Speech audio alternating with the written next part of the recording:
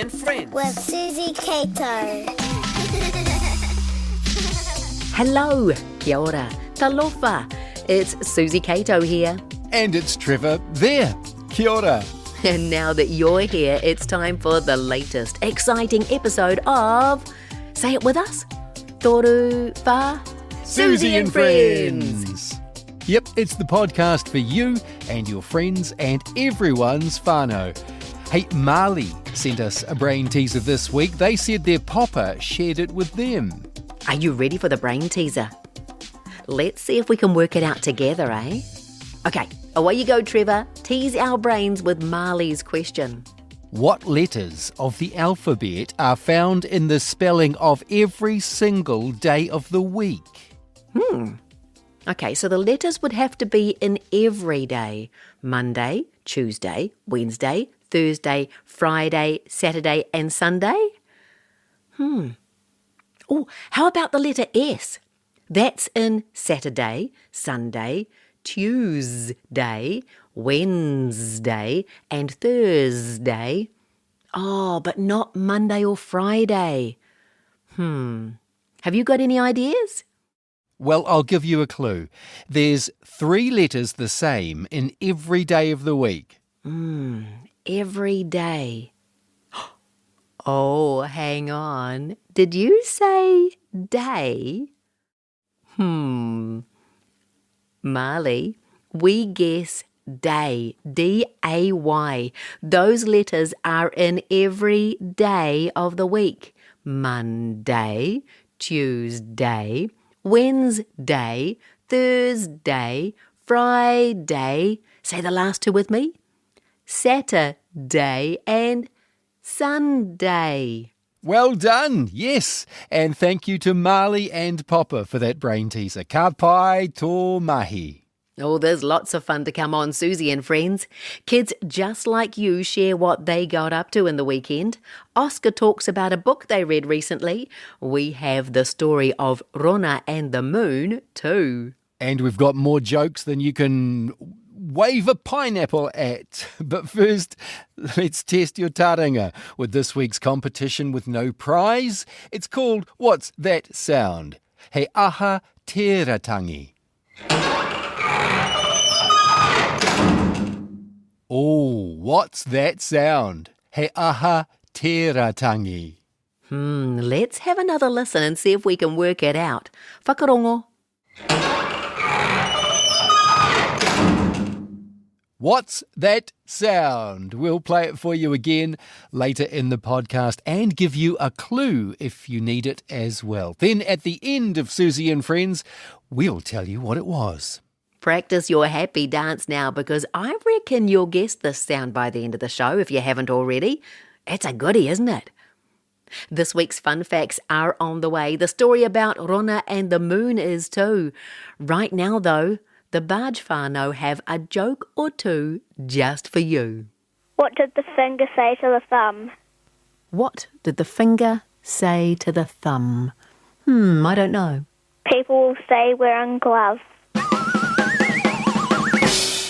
What day do chickens fear the most? What day do chickens fear the most? I don't know. What day? Friday. What's the similarity between a plum and an elephant? A similarity between a plum and an elephant? They're both purple, except for the elephant. It's New Zealand's favourite kids show, Suzy and Friends, with Suzy Kato. Oh, Lucy, you had me going there saying that the elephant was purple like a plum. Very good. Great jokes, you three. Ka pai tō mahi. Yes, they were very good. Hey, if you have a joke that you'd like to share with us, email us and let us know. suzy@suzy.co.nz. That is our email address. Or, if you like, you can visit our website, suzy.co.nz, and send your joke in that way on our joke page on the website, okay? We've got hundreds of jokes there. Hundreds of jokes just for you. It's time for fun facts now, and I know some really cool facts about the colour purple. Would you like to hear them? Okay. Fun facts. Fun facts. Fun facts. Fun fact 1. The colour purple is my favourite colour. Okay, that's not really fun fact 1, but it is a fact. I love the colour purple. How about you? Well, the colour purple is a very special colour because it's been used by royalty for hundreds of years. In fact, only royalty and extremely wealthy people could afford to wear clothes dyed purple because purple dye was really hard to find and then really expensive to make. Hundreds of years ago, it only came from one thing. A sea snail called a murex, which was hard to find and you needed thousands of them to create dye for clothing. Fun fact 2. They only discovered that the sea snail made a purple dye colour by accident, and when an 18-year-old scientist named William discovered how to make purple dye using chemicals, he did it by accident too. William was experimenting and trying to make a medicine when his concoction created the colour purple, and soon loads of people were wearing purple clothing. Fun fact 3. You know how the crunchy carrots we eat today are bright orange? When they were first discovered and grown as a vegetable, they were purple. And that's fun facts for today.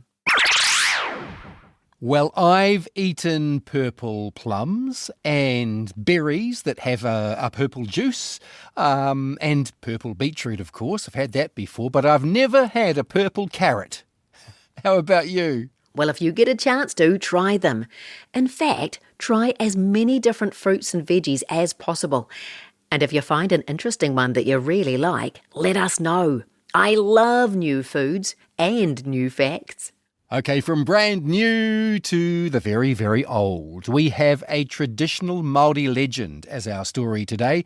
It's called Rona and the Moon, and it's told by our friend Irene Crawford Kaliopa. Are you nice and comfy, ready for a story? Kia ora, Irene.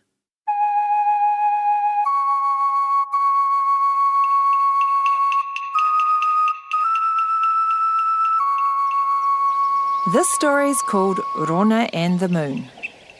Once upon a time, there was a beautiful Māori lady named Rona, but she always argued with her husband, Tamanui Te Rā. And everybody that lived at their marae was sick of it. No one liked being around Rona and her husband because they always said mean things to each other and hurt each other's feelings. It was kind of sad.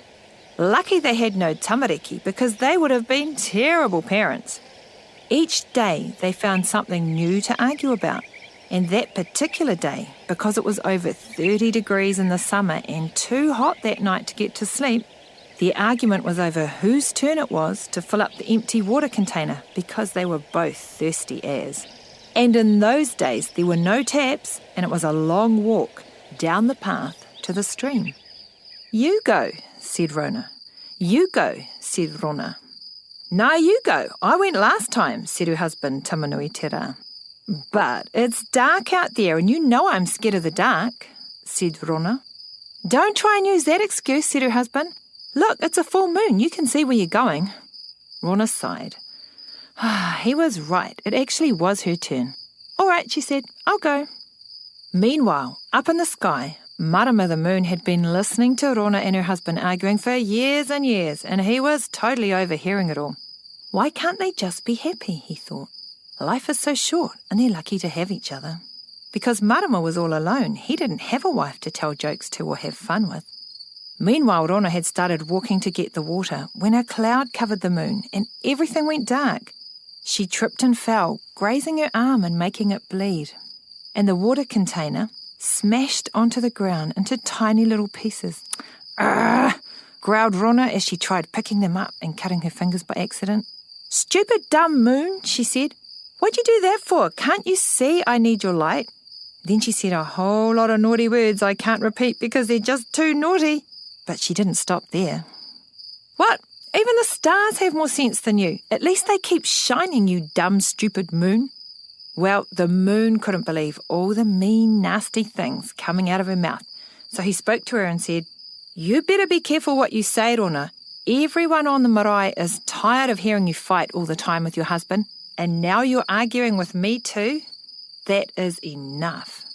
But Rona just laughed at Marama and kept muttering nasty words under her breath as she carried onto the stream to wash her cuts and grazes.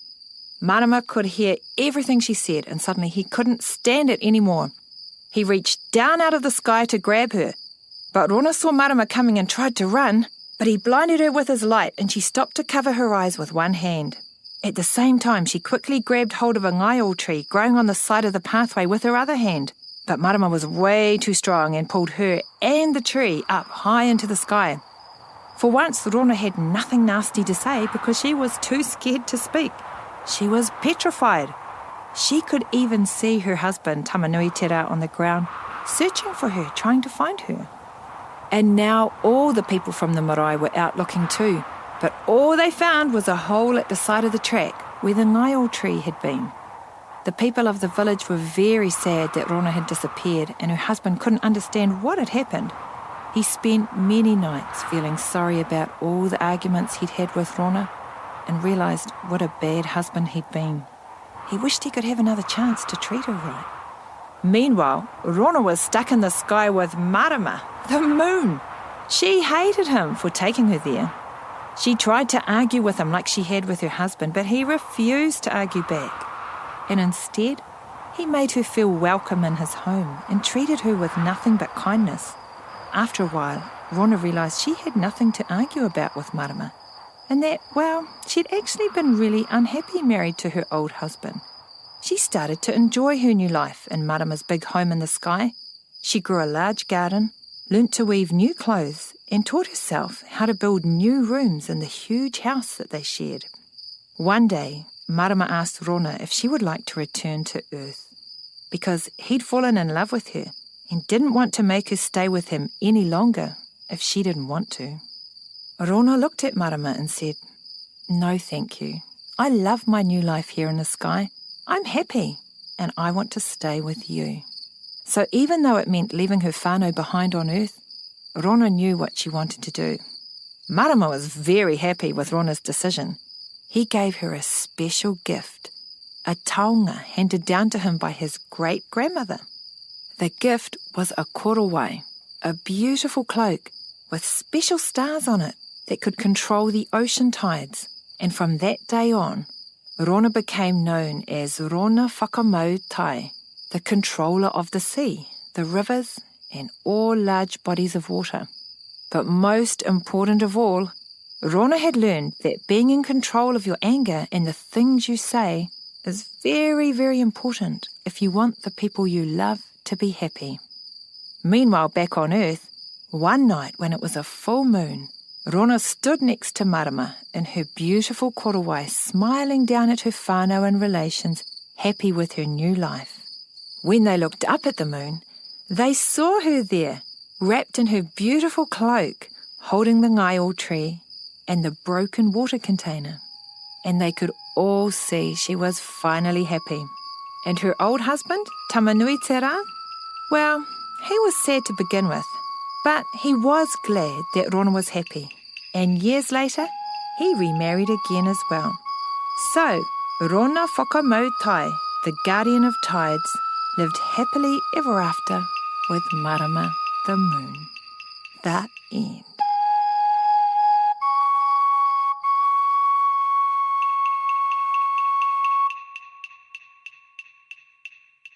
This is Suzy and Friends. With Suzy Cato. Kia ora, Irene. Thank you very much for the story. And Irene Crawford-Kalliopa will be back next week with another story. Ka pai tō mahi. Okay, your taringa, your ears have been very busy listening to the story. Are they ready for another workout? Are they ready for he aha tērā tangi? What's that sound? Okay, listen up and we'll play the sound for you again. He aha tērā tangi. What's that sound? Okay, the clue is, if you have one of these at your house, a little bit of oil really helps, okay? Oh, definitely. And we'll play the sound one more time at the end of the show, and if you guess it, you can clap and cheer and do a happy dance because this is the competition with no prize. What's that sound? And I think Oscar can do a happy dance very shortly. Now, he read the book Charlie the Crow recently and did a wonderful job of the review. Here he is now. Hi, I'm Oscar and I am 11 years old, and today I will be reviewing the book Charlie the Crow, written by Ellie Guide and Zoe Elson. It is a very interesting book and I really enjoy it because Charlie the Crow, he's a crow and he's good at honking and he doesn't have a squawk like all the other crows, so he goes on a worldwide global adventure. So then he can try and find someone who has the same sound as him, but he can't and finds out that everyone is different. And then when he gets back home to his tree, he finds out that different is great, and now he sings his honk nice and proud. So something special on the book is at the end of the book, there's all these interesting interactive things. So there's puppets, there's sensory symbols, and then sensory ideas for different words in it. So it's a good interactive book for like kids who have different sensory issues, and it just has a bit of fun by having like puppets at the end. The illustrations, they're very realistic. Like when Charlie's here, they've not just like put a crow somewhere that it doesn't really fit. All the crows are where they would be. There's one with their mouth open. The trees might not be the right colours, but it gives it a sense of depth. And like they've got around the border like plants as if the camera was hidden in a bush. I think kids would really enjoy this book because A, it's interactive, B, it's got depth in the story, and it actually teaches something to children that different is great and everybody's different. My name is Oscar. Thank you for listening to my book review. This book is Charlie the Crow and it was by Ellie Guide and Zoe Elson. Ka pai tō mahi, Oscar. Great work. And it is a great book too. Oh, go check out our new YouTube channel when you're allowed some screen time. It's called Kids Talk About Books, and the whole channel is kids just like you from schools all around Aotearoa reviewing books by local authors and illustrators. There are some really good books and some really good reviews. Oh, yes, there sure are. Hey, Suzy. Yes, Trevor? Why does an elephant use her trunk as a bookmark? Oh, I don't know. Why does an elephant use her trunk as a bookmark? Then she knows where she stopped reading. That was a joke sent in by Elliot, who loves all the stories on Suzy and Friends, and he loves the Suzy's Book Corner playlist as well on the YouTube channel, Tree Hut TV. He has a different story every night before bed. He loves that you read him a story. That's very cool, eh? Oh, Elliot, I love that I get to read to you. Thank you for that very cool joke too. I haven't heard that one before. Oh, I've got a new phrase for you that you might not have heard before too, for this week's It's Cool to Kōrero. A friend gave me a hug on Friday and said, Kia pai tō rā whakatā. Now, I knew what kia pai tō rā is. It's have a good day. Kia pai tō rā. Did you know that already too? But adding whakatā was new to me. Kia pai tō rā whakatā. It means have a good weekend. And that's a great thing to say. So come on, say it with me now so you can remember it too. We'll start one word at a time. Kia, pai, tō, rā, whakatā. And again. Kia, pai, tō rā whakatā. Then all together after me. Kia pai tō rā whakatā. Well, thank you. I will. I will have a good weekend. And I will too, I think. Lucas and Lily both had a good weekend recently, so they wrote a story about it in their Year 1 class. Here they are now to tell us what they got up to. Hello, my name is Lucas, and this is my story about the weekend. At the weekend, I went to a fair. Hi, my name is Lily. This is my story about the weekend. I made cupcakes in the weekend with my mum. Ka pai tō mahi, Lucas and Lily. That was awesome writing you did about your weekends. Going to a fair and making cupcakes. Oh, so much fun. And you read your stories so well. I love it when we hear from our friends. Hey, if you have a story or a joke or something you'd like to share, our email address is suzy@suzy.co.nz. We'd love to hear from you too. suzy@suzy.co.nz, or you can visit our website, suzy.co.nz, suzy.co.nz that is, and send us a message from there. Okay, it is time now for He Aotearoa. What's that sound? Okay, let's play that sound one last time for you. Are you ready? Here we go. He Aotearoa. What's that sound? Okay, the answer, it's the sound of a squeaky door. Oh yes, that door definitely needs some oil on the hinges, I think.